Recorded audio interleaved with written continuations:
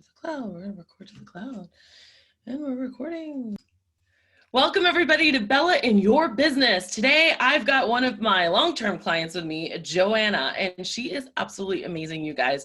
Not only is she a kick-ass mama, she's also an incredible business owner. She is the owner of Woofin' It Pet Concierge, and it is her vision of tireless work ethic and passionate commitment to pets that has grown her business from the seeds of an idea to the best dog walking and pet sitting service in Frederick with 5 team members. Additionally, her commitment to exceeding expectations and delighting clients is evident in their references, affectionately known as woofrences. We're going to totally talk about her vernacular today. She and her team truly have fun with their pets that they help and all of the quote unquote work that they do. Joanna and her team thrive on giving pet parents peace of mind and are amazing at everything that they do. I've been watching her virtually and working with her personally for I don't even know how long, Joanna, but I've just been impressed with your tenacity, with your mindset, which we're also going to talk about today, and also your impeccable, like, happy branding. That's all I can really announce it as. I'm not even sure, but welcome to the show and thanks for saying yes for being on. Of course. Thank you so much for having me. Absolutely. So why don't you go ahead and fill in those gaps for me really quick, and tell our audience how long you've been in business. When did it start? Why did it start? And what presses you or what burns inside your belly to keep going, especially during this recording when we're in 2020, July 2020, and the whole world's falling apart. Yes, it definitely is. Sure. So I actually launched this business in February of 2017, and it was just me. And just me and my idea of doing it. I had been in the corporate world for a really long time. There had been some things that happened that a position that I had been working in had been eliminated. And so I really allowed myself to take the time and figure out, like, what did I actually want that next chapter, to look like in my life.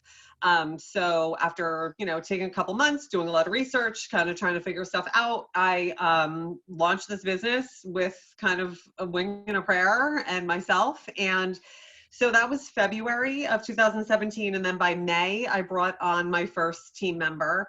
And we have really just expanded and grown from that point. And that was May of 2017? That was when I brought on my first team member, was May of 2017, yes. Okay, so let's dive into that really quick, because that was February, March, April. That was 3 months into your business. You brought on a team member, which I think says a lot, because I know a lot of our listeners out there, they've either just started or they've been in the business for a while and they either have tried to hire or they're just terrified to hire. So what made you want to hire that quickly into your business? Was it a perfect time? How did you know you needed to? And were you extremely successful your very first time? I mean, I wish I could say that was the reason. Basically, the truth of the matter is it just didn't make sense to me not to leverage my time. At that point, I mean, I probably had, I don't know, 7 to 10 clients a day that I was doing by myself. But, my kids are 20 and 18 now. And so they were in high school when I started this. And I was kind of like, I want to start my own business so I have more time with my family, not less. And so that kind of just like started the whole, what if I get sick? What if I fall and I break my ankle? Like, what if I want to take a vacation with my family? I don't want to have to shut my business down because I myself am not available. I have to let people know this is a legitimate business. I'm not a alone person. We will have backup for you. We do have coverage when emergencies happen. And I think that just adds to the whole level of our clients have peace of mind that someone will always be there when we say we're going to be there. Mm-hmm. And that's, it was just kind of all part of the plan. So May, I brought on my first person. And then honestly, in July, I brought on my second one. And those 2 pet concierge are still with us today. I love that so much. What I'm hearing from you, Joanna, what I want our listeners to pull from this is that you were connected to your why. You wanted to free up your time, not be bonded to the time. And I think so many of us get lost in that trap because we want to be everything. We want to do everything. We want to have control over everything. We want everything to be perfect. And we're terrified to let those reins go. And it's one of the reasons why in just 3 short years you have, well, it seems short from this end. I'm sure it seemed pretty long from your end, but how and why you've been able to grow and establish yourself so well, because you went off running. You didn't start baby crawling or jogging. You started sprinting, and you figured it out as you went because you wanted to be there for your family. And I think that's really, really important, you guys. If anyone's listening right now thinking, when's the perfect time to hire, or how can I do it, or when should I do it? I really encourage you to think about like what Joanna just said. Go back to your why. Why did you start this business? Was it so you could be a slave to it, or was it so that you actually could grow it into something that could be an asset that gives back to your life? Now, Joanna, you just mentioned Pet Concierge. I think I just said that wrong. I want you to tell me more about the vernacular. I hope I'm using that word right. You're very strong with that in your branding, like from the very name of Woofin' It, Pet Concierge, to Woofrences, and all these other cute like little things that you use. Did you come up with that? Did someone else help you with that? Why did you incorporate that kind of thing into it? And what kind of response do you get from the community or from your clients? Tell me more about that, because I think it's very unique to you. Yeah, so I think the reason that I describe ourselves as Pet Concierge is we came into this market and I was very confident telling potential clients and our current clients, we are an upscale boutique company. We are not, we're very consistent on our messaging that our relationships with our clients are what drives us. We are not in this to just do like a one and done kind of thing. We really work hard on long-term relationships with our clients, and therefore I feel like we become each other's families. So the fact that I've never used dog walkers, we are Pet Concierge because we go above and beyond every single time for every single client, every visit that we have with them. And people laugh when I say this, but when I launched my business, I mean, I had 2 teenage children, like we just talked about. Yeah. And the fact of the matter is that was not who I wanted to bring onto my team. Like and there's nothing against hardworking teenagers. It's nothing against them, but I was looking for moms, pet parents, seniors who were active, people who understood responsibility, integrity, customer service, and compassion. Understanding that pets are people's family members. They're not just like, oh, it's just the dog. Oh, it's just the cat. We don't do that.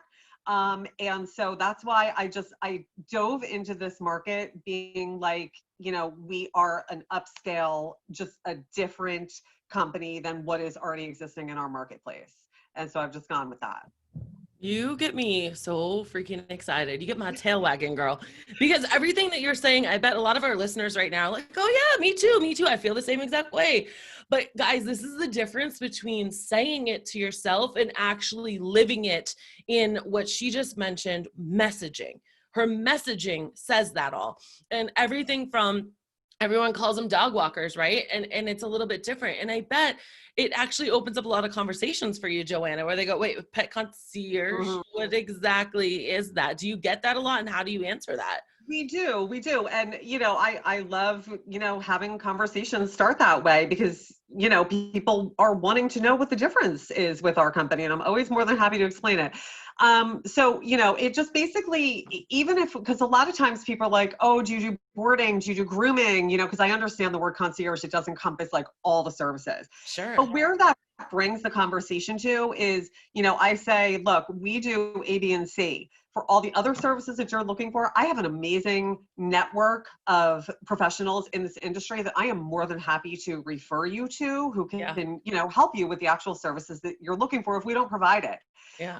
So it kind of just opens up that we have a lot of amazing industry professionals right here in the city, in the area that I work. And I'm always more than happy to, just let's all help each other out. There's enough business for everybody here.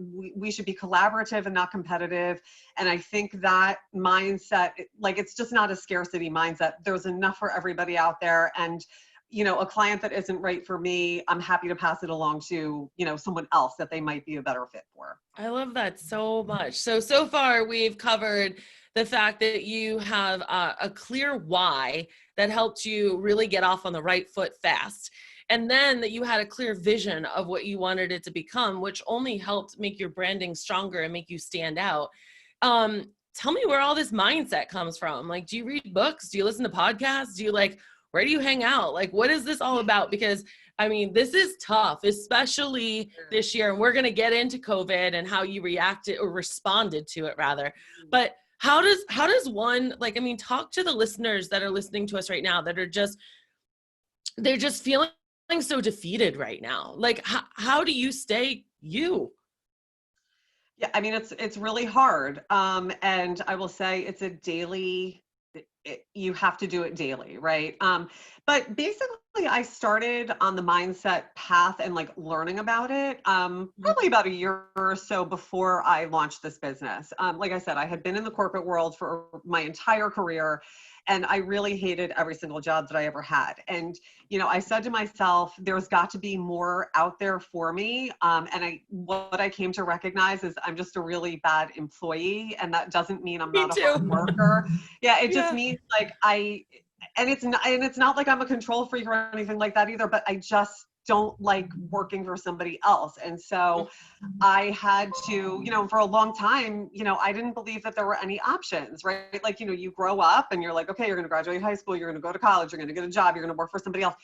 When I was going through school, nobody ever even presented like, hey, you could own your own business. Like, that wasn't even a thought that ever like entered into my brain. Yeah. So it was like, you just kind of like follow along the path, right? And so that's what I did. But then it was like, like I said, the job I was working at had eliminated my position. And honestly, from that day, I said, this is not even a blessing in disguise. There was nothing in disguise about it. It was just a straight blessing. Oh my God, I love that. He forced me to like reevaluate and, just take a look at what I want to do. But the mindset, I just started, I guess I kind of started out just reading like inspirational quotes, right? Like, it started really small. I'm not a good book reader. I know I can't say that like, oh, this author changed my life, but I mean, I have gotten, a lot of good information and really inspirational stuff from, Audible books. I listen to books a lot more than I actually like. I would never sit down and read a book. Me too. Me too. Yeah. I mean, it's literally like every time I get in my car, I either put on a podcast, I listen to an Audible. I just kind of I made it a point to utilize my time, because everybody's like, I don't have time to read. I don't have time to do this. And I'm like, yeah, but do you drive to the grocery store? Do you drop your kids off at baseball? Like, you have to just squeeze in those 5 minutes and just get your mind going and get your mind to believe a different story than what you've believed your whole entire life. Preach it, girl. Preach it. And, hey, as far as 2020 has been going, I mean, yeah, it's, you and I have talked about it. I mean, my survival mode was go, go, go, go, go from March until probably like the first week in May. There was so much that I was trying to tackle, and I was working every day and, still waking up early in the morning and trying to stay on a routine. And then I kind of like hit a wall, the beginning of May. Like, I'm actually really tired. Yeah. But it is the mindset of essentially like, there's no plan B, right? So like, it's like, what's the saying? Like, if you're going to cross the bridge, you have to like burn the bridge, right? It's because you can't go back. You just have to like keep forward. You just gave me chills saying that. I love it. And so that's what I just have been doing. I just know in my mind I have to move forward. My family, this is how I support my family, right? Like, I mean, this is my business. This is my source of income. So there is no quitting. It's literally like I'm refusing to quit. I know the circumstances don't look great, but I have to believe in my heart they're going to change and they're going to improve. So in the meantime, I've just been working really hard on doing everything I can to, once that happens, we're ready to roll. We're ready to scale, and we're ready to just jump right back in where we were. There's so much beauty to what you just said. It's really amazing because you're not sitting here and being like, oh yeah, everything's fine. Like you're realistic about it, right? But it's that mindset that it didn't just like you picked it up and started working on mindset in May.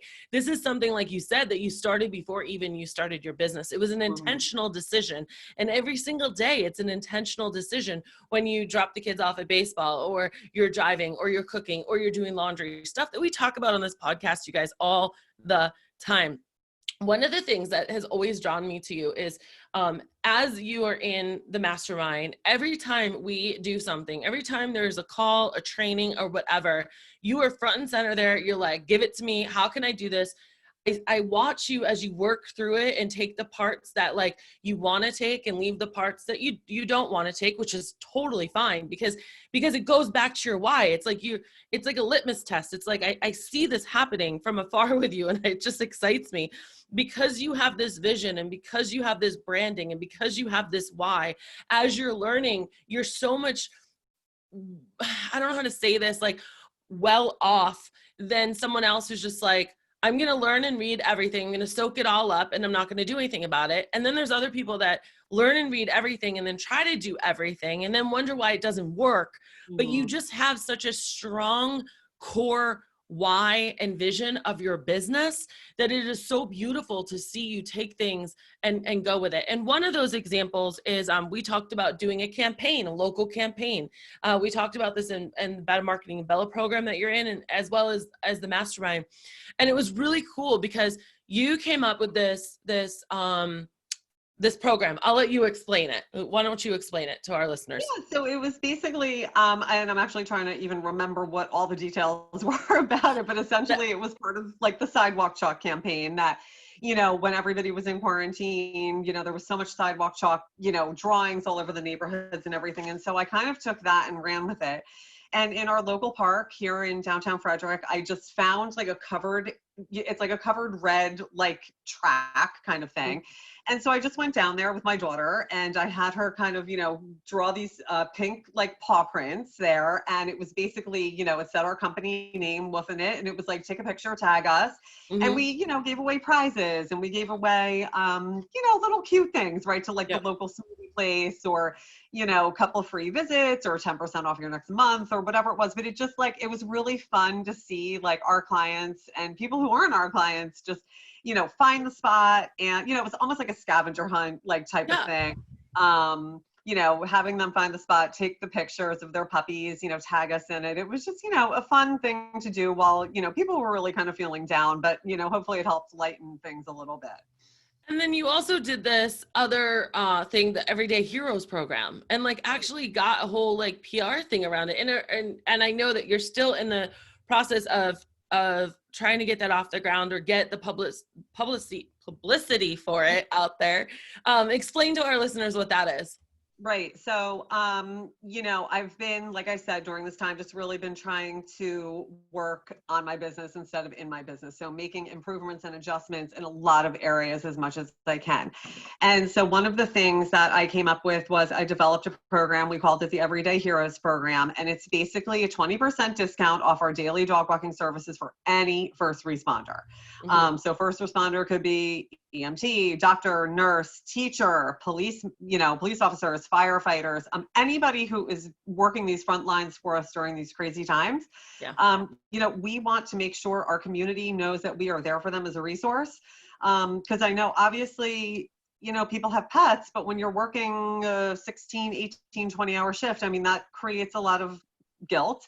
And we just want to be able to give back to our community as much as we can. So we launched that program, and we've gotten some feedback on it. I did have a press release done.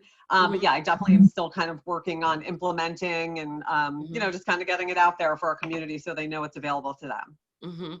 So you guys, all of these things are like a fighting chance. It's not just like she's, and it's the different, like we talked a lot about campaigns in the Mastermind, and that's a big part of it. You're not just like throwing like a post up there saying, hey guys, 20% off for all first responders.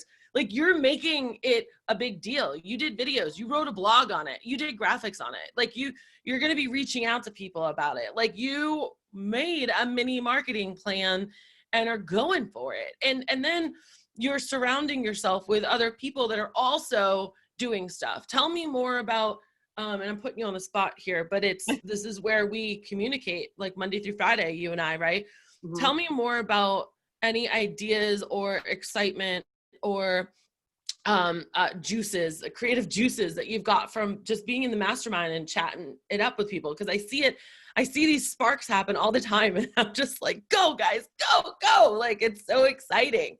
Yeah. So, I mean, honestly, the creativity part of it is where I really struggle. I'm a doer. I'm an operations person. Like I go, but to actually formulate like an out of the box idea, I'm not your gal.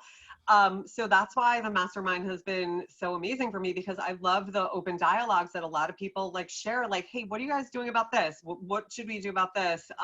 You know, what kind of marketing are you guys doing in your local area? Like, I just love the whole different, I mean, you know, it's like the sidewalk chalk campaign. I mean, that's where that came from. I can't take credit for thinking of that.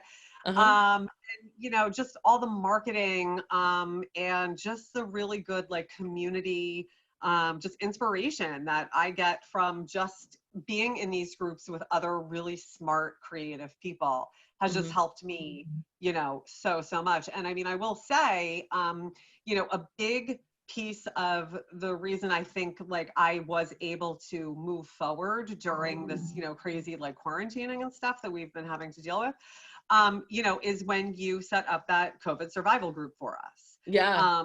Because I needed help with what was available for us, you know, business owners and our staff. It was so important for me to make sure my staff was taken care of during this time. Because as much as, you know, we business owners, obviously we were all like, holy shoot, like what's going on? I didn't want my staff to have to be, you know, out in like left alone too. And I was just in constant communication with them, and we had conversations, and none of them went on unemployment. They wanted to remain on staff. And so, you know, that's amazing. But staying in that group, I mean, it gave me a lot of purpose, obviously, because I knew I had somewhere to be every day, you know, on these webinars. And it was literally so educational. I mean, even introducing us to the ladies at, you know, Profit Hero, I mean, who are amazing, and all the different people that you brought in to talk to us and explain to us, like, okay, what do we do now? What's going to work best for this business? You know, this is, I mean, it was so educational for me. And after that 2 weeks, I was like, I got this. Like, I understand. Like, I bet you had a long list of to-do stuff after that too, because we just piled it on. You know, yeah, totally. I was doing it, you know, as we went. But the thing was, it was like, I truly think, well, I didn't see any other groups doing that. And you know, it was like a month after, and even local agencies here and other national like pet support groups, like they're like, hey, maybe we should look into the PPP loan. And I'm like, if you all have not applied for that yet, like, behind the ball game. I know. I'm pretty sure the first wave was all the jump people, because I mean, we were unpacking it before they even signed it, you know, and by the time they signed it, we were already on top of it. And then the other or like groups or whatever started talking about it like a week or two later. And they've come out with some like really cool things since then. But I think, you know, instead of being shocked and scared, you and I are very much alike, where we're like, all right, we'll deal with the shock and the scare later, but right now we need to stand up and be leaders. And that's what you did. You were a leader in your own community, and you were a leader over your own business, and you did it scared. And that's why I wanted, you're so inspirational. And that's why I wanted you on this podcast today.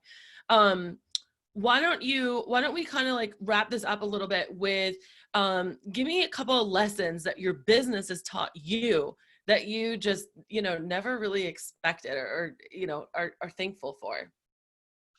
I mean, I think one of them, not necessarily that I didn't expect, but I'm really pleasantly surprised about is, you know, when you have people on your team that you inherently just trust with everything, that is everything. That is the crux of your business. Because you have to have that, right? Like, you are entrusting these people to go into your clients' homes. You know, they've reached out to you, right? But you have to at some point say, okay, like, you're not getting me, you're, you know, getting A, B, and C, different people on my staff.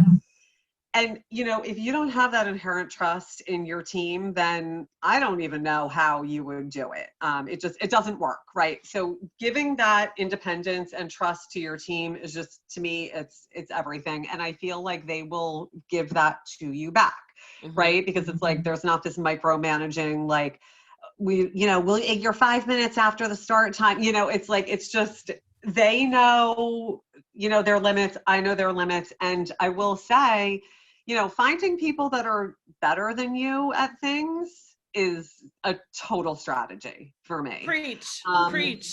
Because honestly, the whole point of me hiring a team is I don't want to be doing this stuff like day to day, scheduling. I want to be able to hand it off to a fantastic client success manager who I just, brought a new one on our team earlier this week or last week, whenever it was.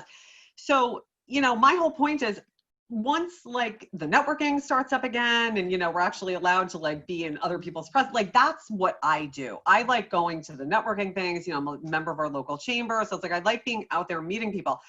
I want to be able to hand off the day-to-day operations to someone that does it better than me. Yeah. And so I feel like that is just, I purposely and consciously hire with that intent.